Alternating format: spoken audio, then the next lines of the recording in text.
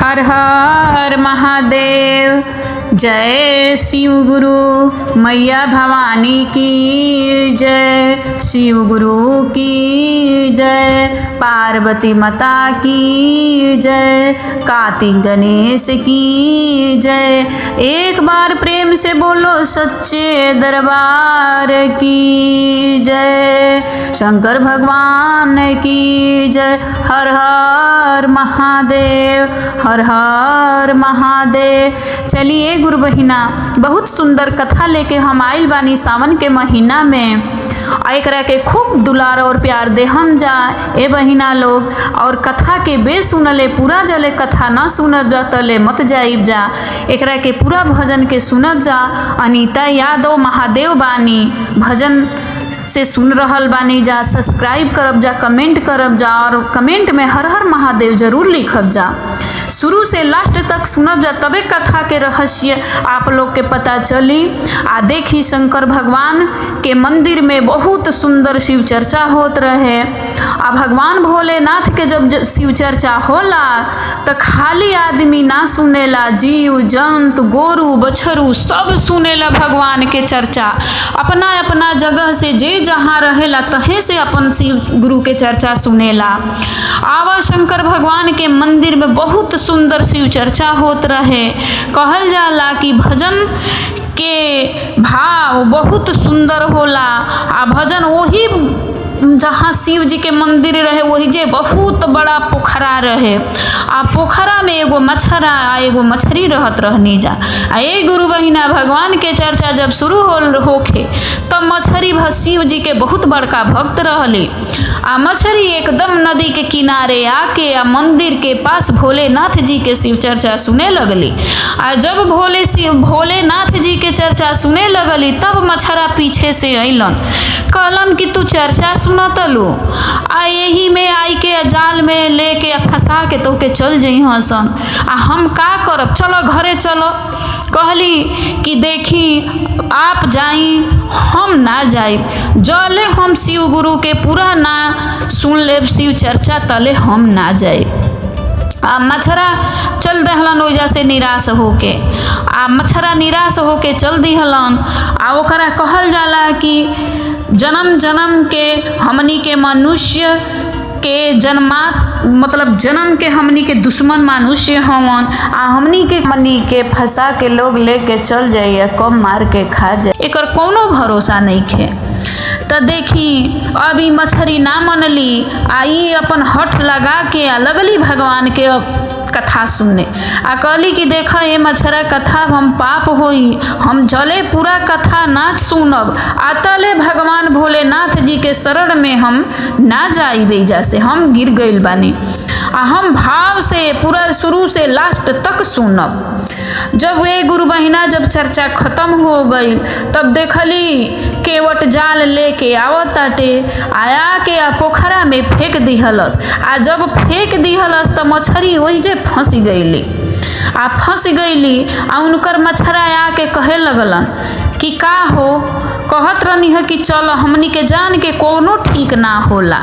आ तू ना मनलू हो, अब तो फंस गईलू न, अब लेके आ चली जाई हसन। अब सुनत रह भगवान के चर्चा यही जे।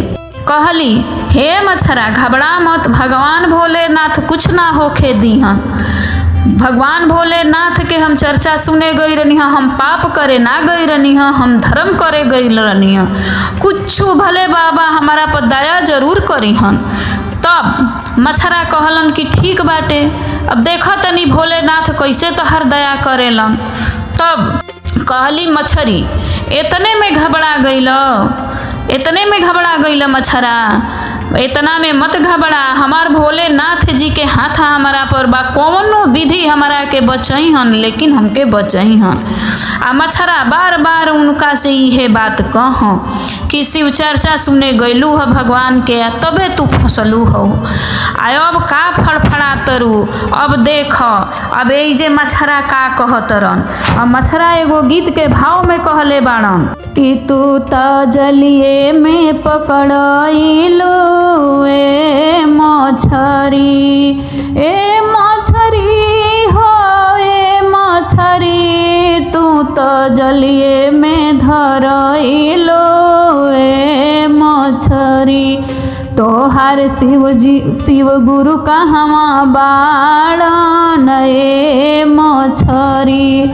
ए मछरी हो ए मछरी हो ए मछरी। तोहार शिव गुरु कहवा बाड़न ए मछरी। कहलन मछरा कहतरन कि तोहार शिव गुरु कहाँ बाड़न, अब तो तू जाल में पकड़ा गइलू। तब मछरी अब देखी वही पका कहतली, ए मछरा हो ए मछरा हो ए मछरा। तू तो एतने में घबराइल ए मछरा।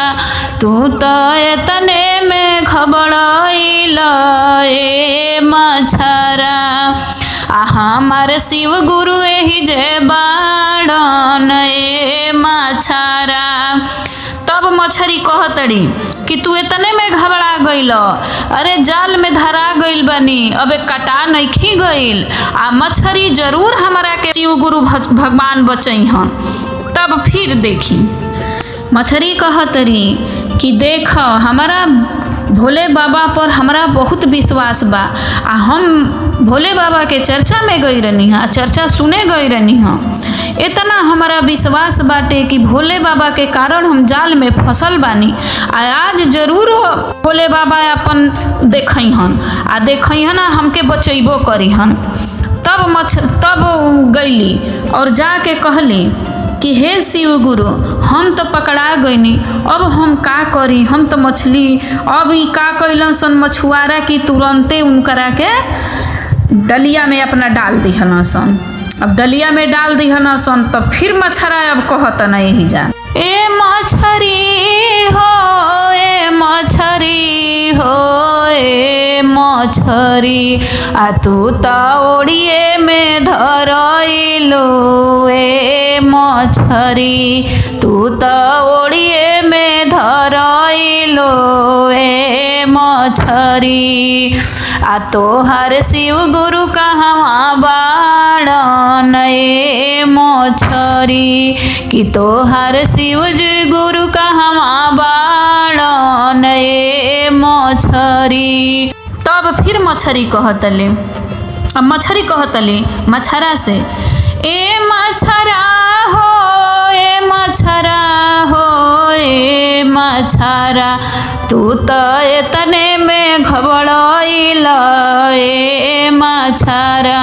हमारे शिव गुरु एही जे बाड़न ए मछरा। आ देखी अब मछरा एजा बड़ी परेशान हो गइलन ए शिव गुरु शिव बहिना, और कहलन कि अब तू ओड़ी में धरा गइलू, अब तहर शिव गुरु कहाँ बाड़न, कैसे बचई हँ। आ अब जब ओड़ी में धरा गइलू तो अब तू कटाइयो जइबू, अब ना बचबू।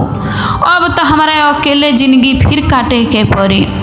अब यही पर मछरी देखतली बेचारी, दिल में तो उनकर धक धक बटले बा कि भोले बाबा पर विश्वास कइले बानी। आ घबरा तरी अंदर से आ कहतली कि कहा जने भोले बाबा हमके बचई हन कि ना बचई हन, अब हम का करी। तब फिर मछरी कहतरी, हमारा बारे में तू इतना मत सोच ए मछरा। हमार प्राण बचैहन भगवान शिव गुरु बचैहन, भोलेनाथ बचैहन। हम भजन सुनले बानी, हमारा पूरा यकीन ना विश्वास बा पूरा कि हमार भोले बाबा हमके बचैहन। हम कथा सुनले बानी भोले बाबा का दया हमारा पर बाटे। मछरा से बर्दाश्त ना होइल, भाई लेके चली गइल सन। अब लेके गइल सन, अब किने वाला आ गइल सन। जब किने वाला आ गइल सन त मछरी के खरीद लिहल सन। आ मछरी में अब राखी लपेटे लगल सन मछरी के काटे खातिर। आ तब मछरा एकदम तड़फड़ा गइलन, कहलन कि ओहो अब शिव गुरु कहाँ बाड़न, कहाँ बचैहा। भर भर आँख लोर ले लिहलन। कहलन कि अब का, अब तो तू अब राखी में लपेटा गइलू, आयो अब तोहके के बचाई। अब शिव गुरु अब का कटा जेबू, तब तहर शिव गुरु अइहन।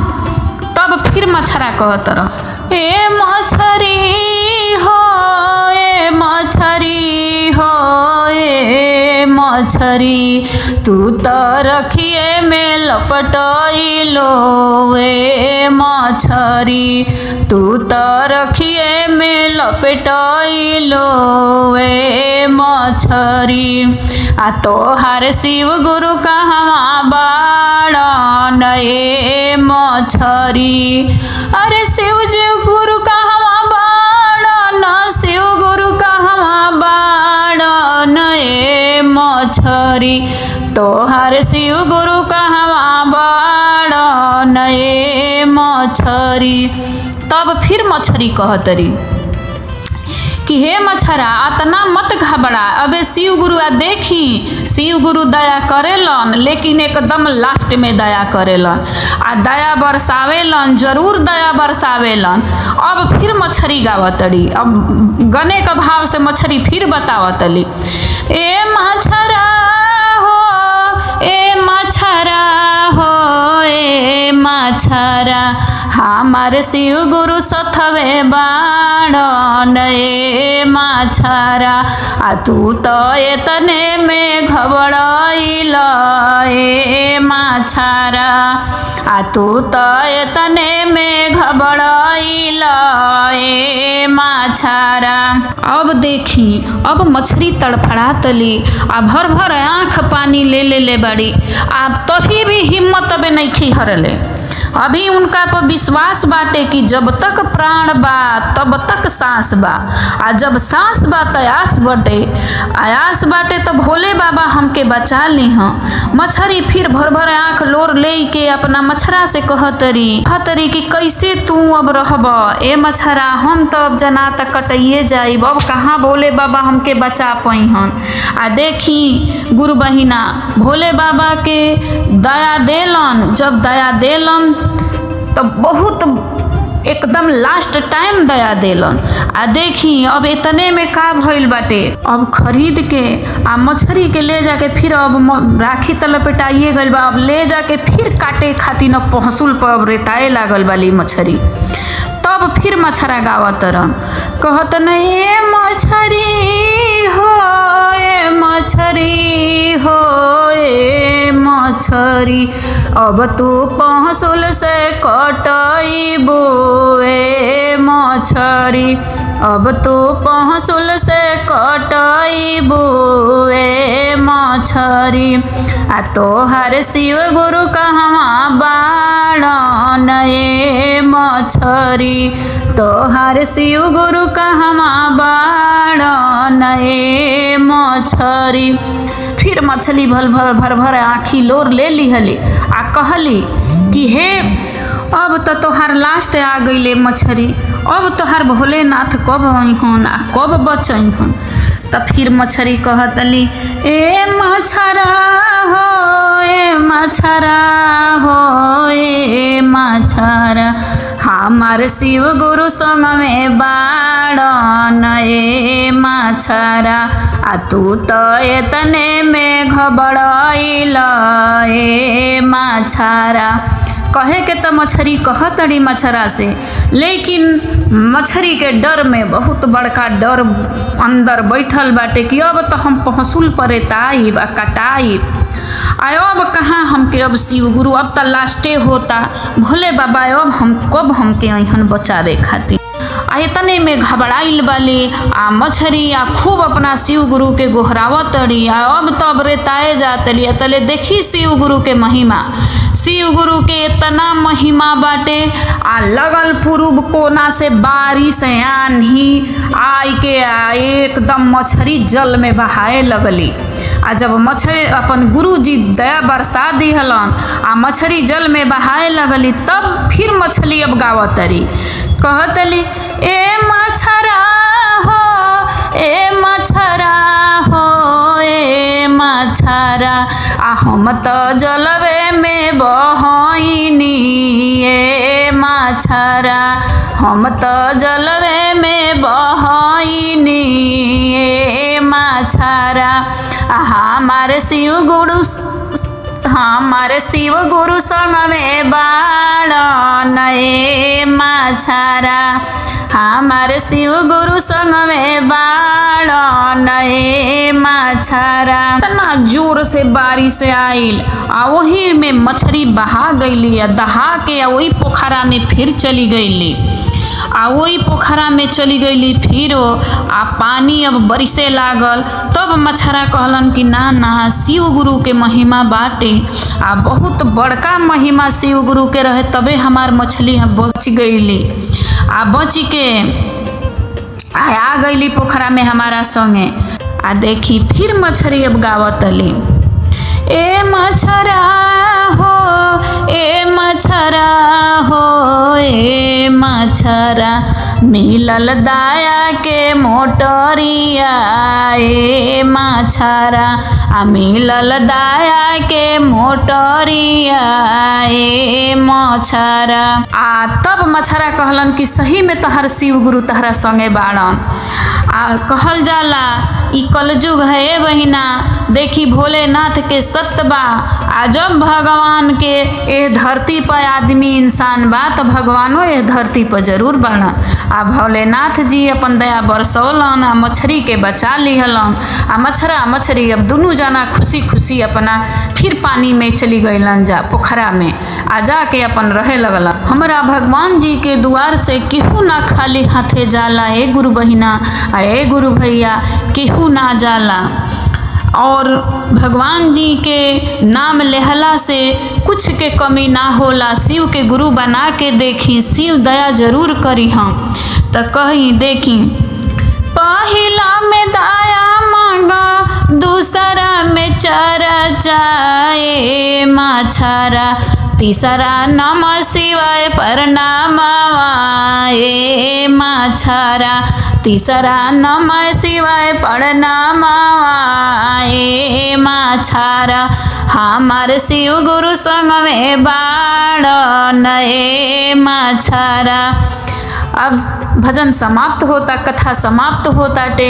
हे गुरु बहिना हे गुरु भैया लोग एकरा के बहुत दुलार देहम जा और चैनल में हर हर महादेव सब्सक्राइब कर देहब जा और कमेंट में हर हर महादेव जरूर लिखब जा।